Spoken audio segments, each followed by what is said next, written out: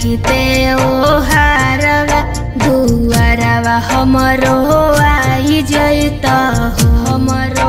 आई जैया हो भैया आज हउए राखीते ओ हारवा दुआरवा हमरो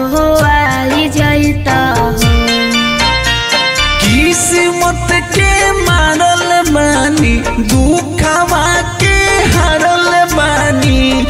केहू बहिने को नइखे बगली में पाई दुआरी कैसे आई हो केहू बहिने को नइखे बगली में पाई दुआरी तोहरा कैसे आई हो।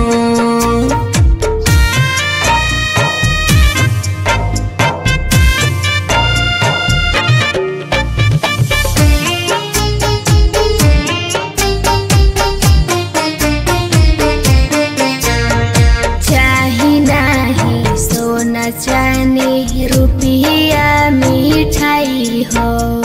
बस तू आ जाए भैया हमरा कुछ ना चाहिए चाही नहीं सोना चांदी रुपया मिठाई हो सोना नहीं रहे हमारा भाई के कहलाई हो भाई के कहलाई पैसा जब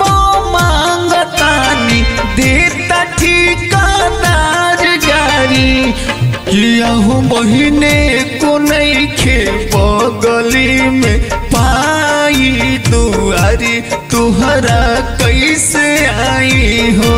केहू बहिने को नइखे बगली में पाई दुआरी तुहरा कैसे आई हो। किया हो भैया आज हउए राखीते ओ हारवा दुआरवा हमरो आई जैत हो।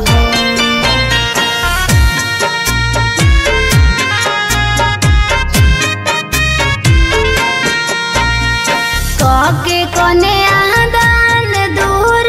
भेजल हो पापा राखी बांधे कैसे हम आई हो